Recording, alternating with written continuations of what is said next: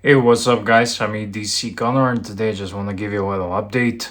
It's so hot in here, and but I have nothing smarter to do, and I just wanted to give you a little update. Life's been pretty improved since the last couple of months. I've been here moaning and groaning, and to all of you guys who told me to man up, well, I manned up, but it helped actually to release a little bit uh, here on this channel. And thank you for all your advices. And I'm doing pretty much okay at the job. I've dealt with some nasty people. I learned some things, and actually, um, they even gave me a helper a couple weeks ago. So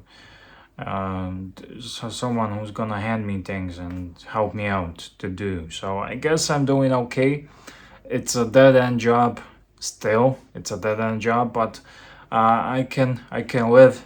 I can survive through my visa because my visa is fixed for this company for 1 year. Then I can move on, search some other places, and after a couple of years,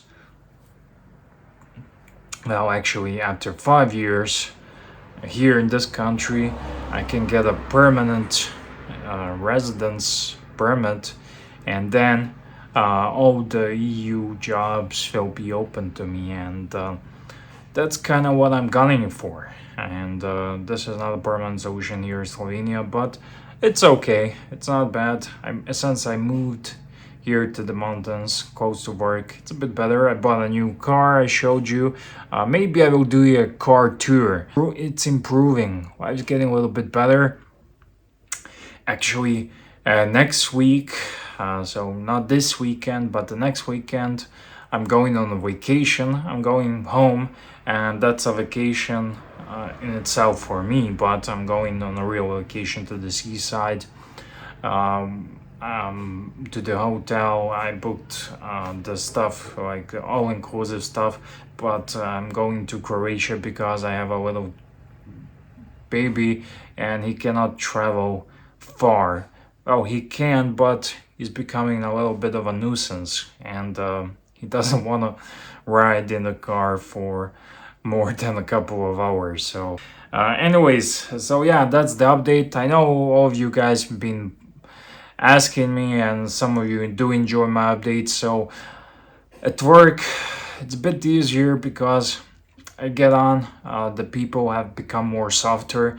They really did not like me or any of the new guys who came in, and now they're becoming a little bit more softer.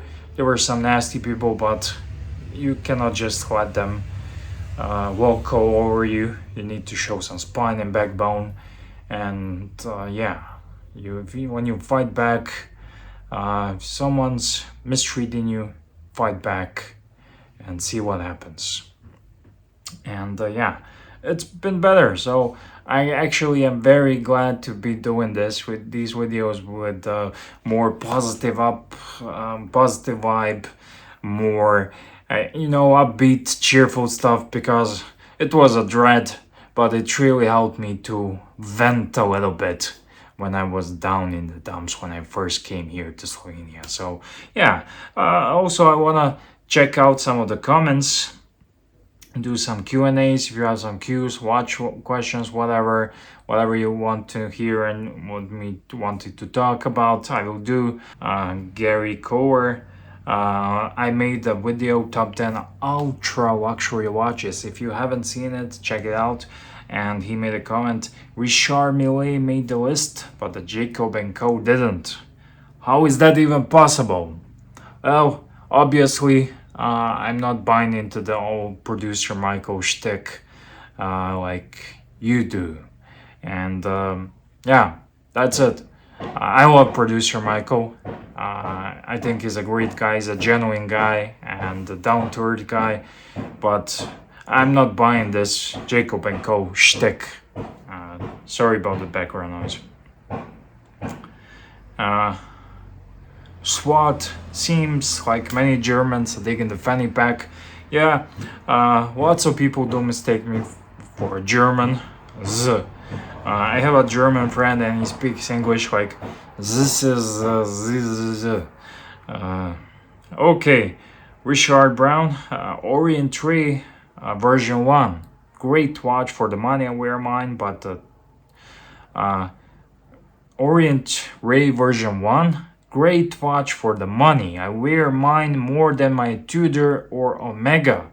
Manual job doesn't mix with expensive watches. So you're working manual job.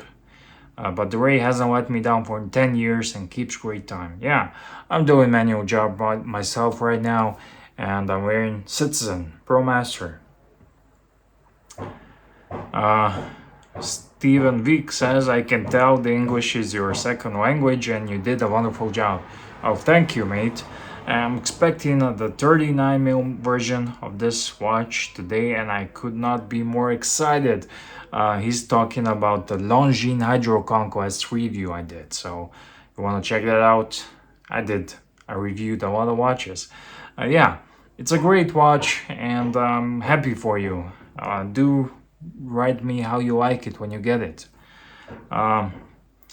Zeraha went with a comment. Wow, this is a huge comment. But he says, one of my collectionary principles, I guess principles of collecting watches, is that watch must have some historical significance. Big plus, as if the model was worn by a famous person, or if the actual watch was worn by a real soldier, real pilot. Back in the day, every watch was an important part of daily life as a crucial tool. Today, this is not the case with modern watches. This gives an extra charm to a specific watch. Without those facts, a watch can be just another item. But again, I understand the pitfalls of vintage watches and I experience myself how difficult they are to successfully service. And again, it gives a feeling that I'm actually collecting old junk. As for the modern luxury watches, yes, they are technically much better and they are even built with more craftsmanship than the vintage counterparts. They're extremely nice, robust to wear, and I like to wear them.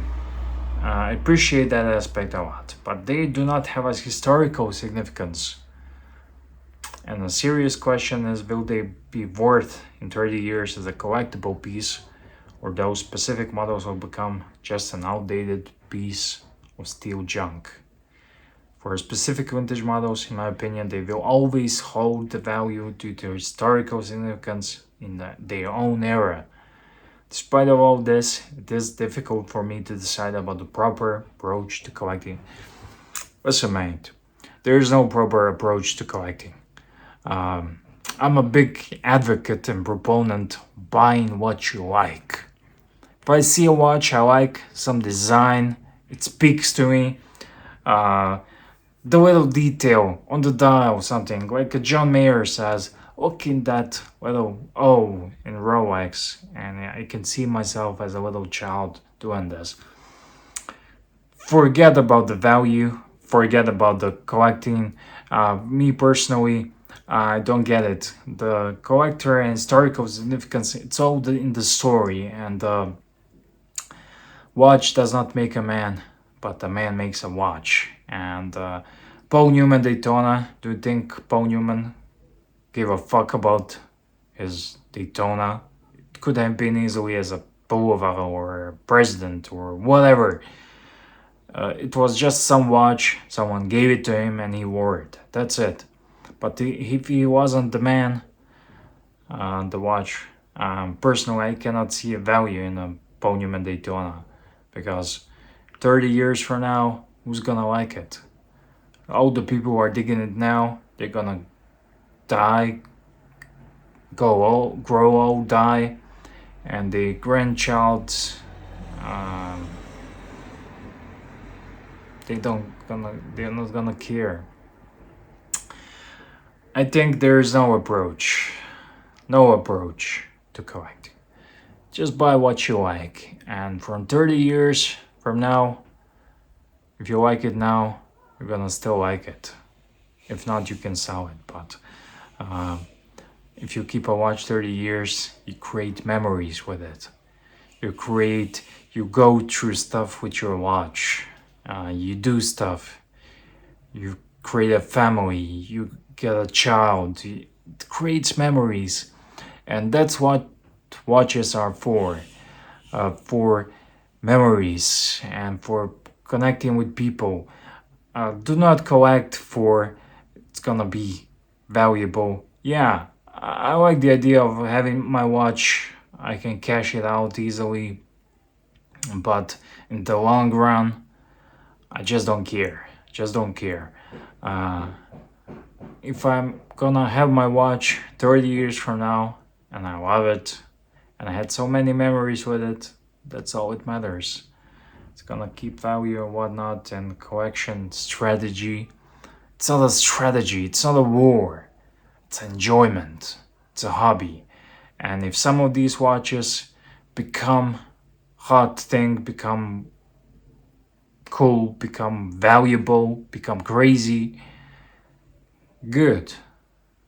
Life's good. If they don't, I still like it. For example, many years ago in the 90s, no one cared about certain watches. The sizes were smaller. In the 90s, early 90s, Rolex bubble bags were very, very hot. They were very collectible. In the early 90s, early 2000s, Panerai was the shit. Now, Rolex is. And it's like fashion, cycles, and everything. You never know what's gonna be hot. Maybe small watches will come back into play. Maybe these 40 mil watches will become obsolete, huge junk for children and grandchildren. But what do you care? You like it, you like that size, it works on your wrist, and you don't care. Just don't care. So just take it easy. If you see a vintage watch you like, buy it. If you see a modern watch you like, you buy it. Forget about the strategies. No strategies.